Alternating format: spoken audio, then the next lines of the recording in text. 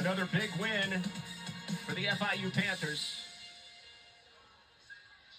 They go first, third, and fourth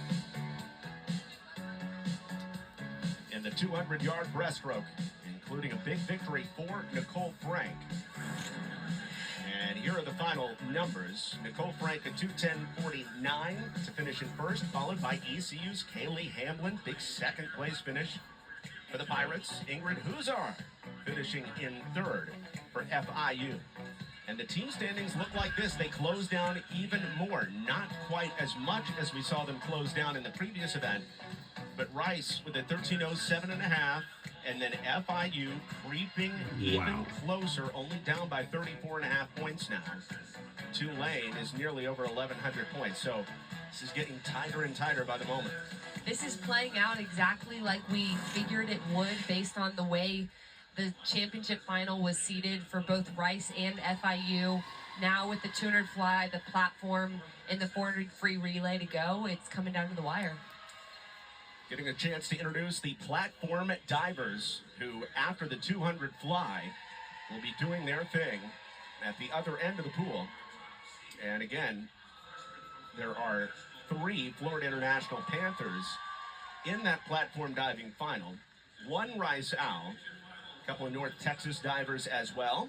All right, we are now on the other side of the pool now. It's time for the platform diving now. Seated first, you've got Frida Zuniga Guzman from ECU. Seated second, Sydney Gadata from North Texas. Megan Phillip, Ruska Lettinen, Sharp, Wong, and more as FIU continues to make their surge here. They were the champion a season ago here in Dallas. Randy Horner and company, it really was not in doubt heading into day 4. They knew they were going to win as long as everything went according to plan. Today, it's a little bit different. There's been some nervous excitement for FIU this time around. Excited that they're in position, but certainly nervous heading into these events. Yeah, John, this isn't how they drew it up, but they're a confident team that understands the ability to come back from day 1, and that's swimming in itself. It's a very mentally challenging sport in general. So it coming down to the wire on the final day is something that they've practiced for all year.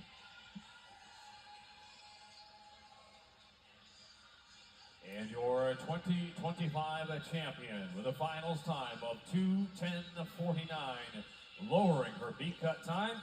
It's the junior from Florida International, Nicole Frank.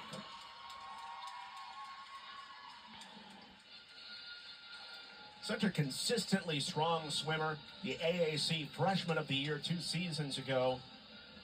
And not only competitive in the 200 and 400 IM and the 200 breaststroke, but winning all 3 of these events. Randy Horner has been so impressed with Nicole Frank, her leadership in and out of the pool over this her junior year now.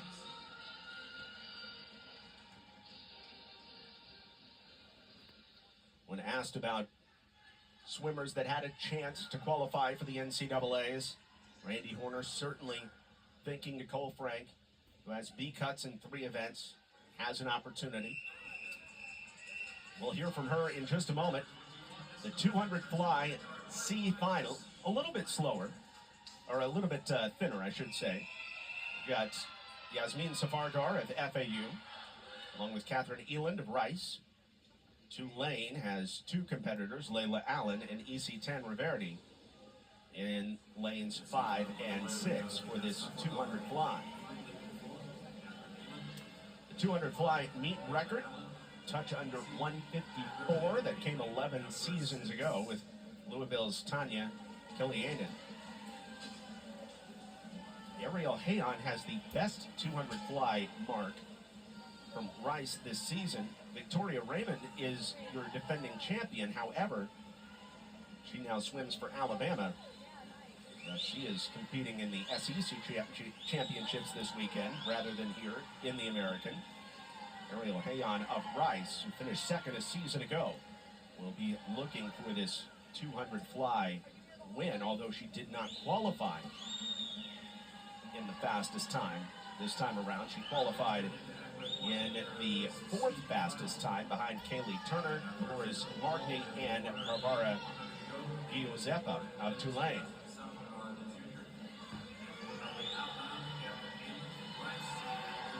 Yasmin Safargar of FAU leads this heat by less than a second over Catherine Eland of Rice.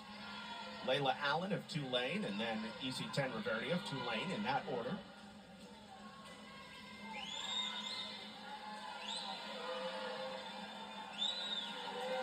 As we get down to closing down these events, I think about all the great swimming we've seen over these last 4 days and how excited these swimmers must be, but just how exhausted each and every one of them must be at this point of the event.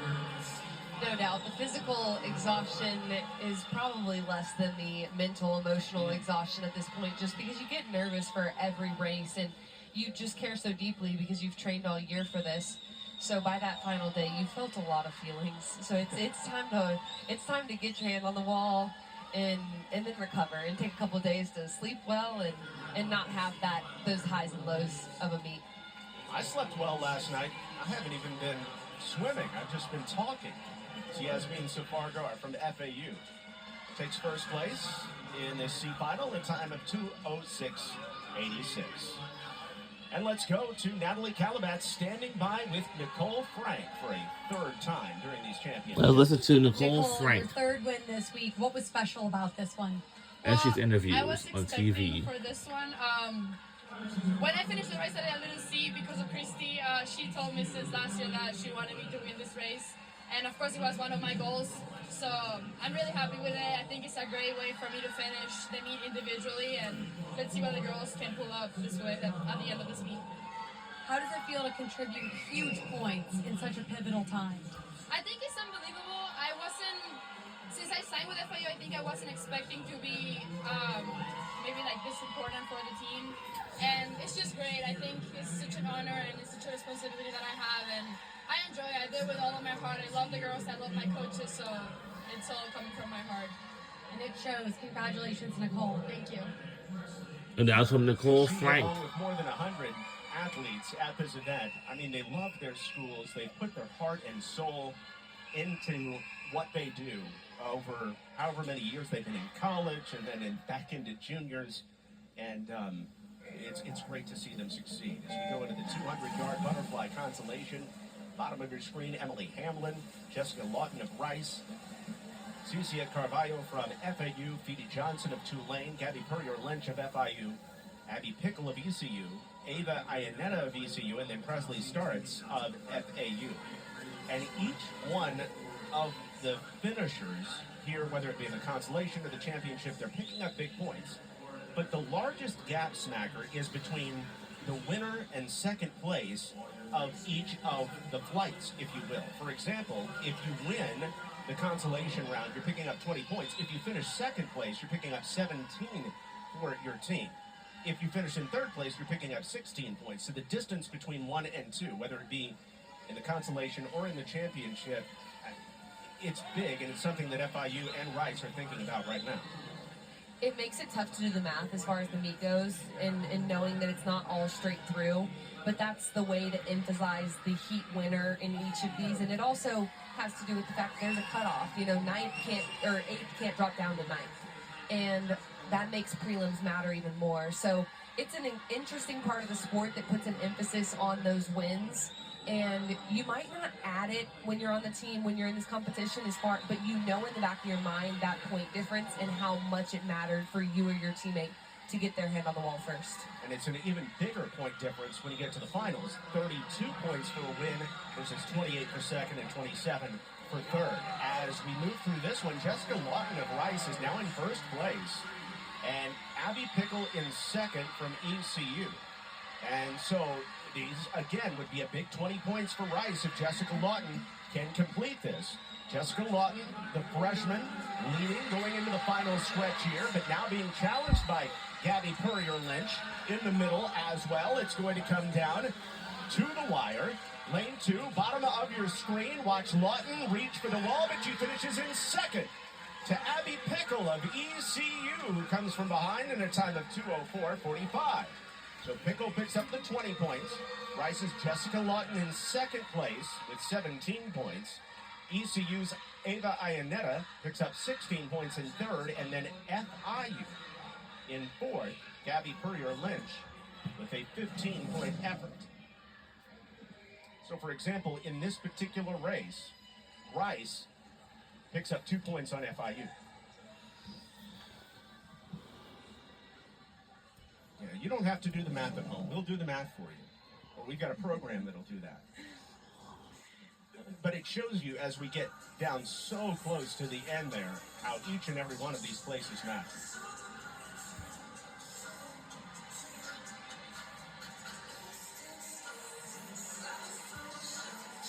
What do we have? Oh, there's more coming your way. The 200 fly final. 2 Rice Owls in the final. Ariel Hayon. Oh boy, doing the same thing, taking their shoes and socks like they always do. FIU, there's a freshman, Frida Lobersley. Oh boy. Trying to help her team out.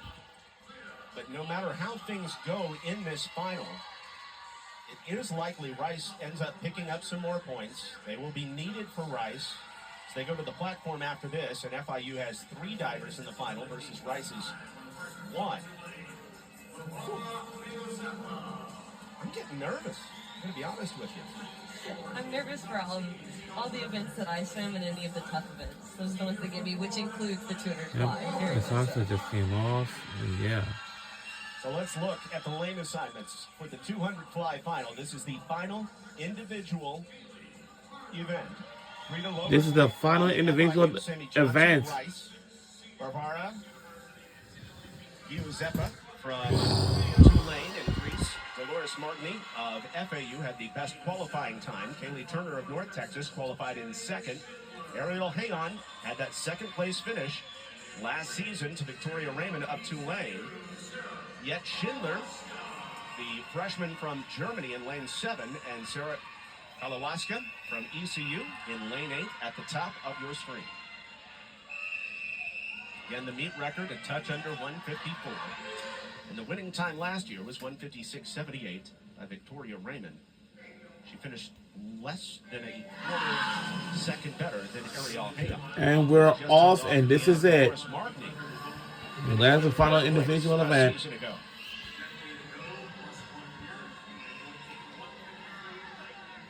And what makes the 200 fly so difficult? It's the perfect balance of beautiful technique and a grueling race, and it goes quick enough that makes it fun to watch.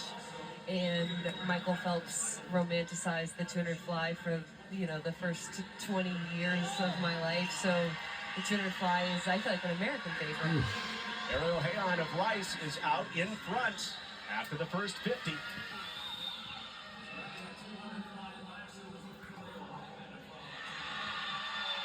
Again, watching them come out of the pool, it is Hayon out in front.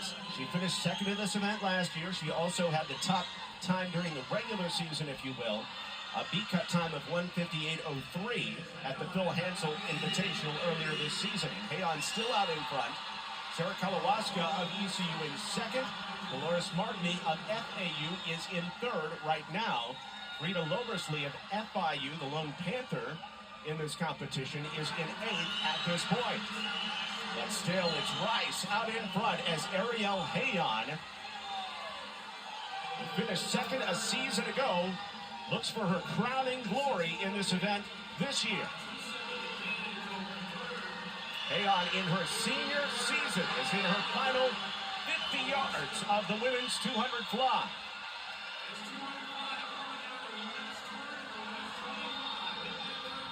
Hayon coming out of the pool with the lead. Hayon to the flags. She is going to win it. Ariel Hayon in a time of 1:57.63. Second place to FAU's Dolores Martini, and third place to Kaylee Turner of North Texas. Giuseppe of Tulane finishes in fourth, and FIU's Frida Lobersley was eighth early in the race. She finishes in fifth. The other Rice racer, Sammy Johnson, finishes in 6th. Hayon did an outstanding job in both the 100 and 2 of swimming a really smart race. You couldn't tell whether she's 100 dominant or 200 dominant based on how she raced so well, which is tough to do because they're very different events as far as one being sprint and one feels like distance. Ariel Hayon coming out on top, another Rice Owl individual winner as Rice looks for their first team championship in 11 years. Back to Dallas in a moment. We'll be right back to Dallas, Texas. Hey there.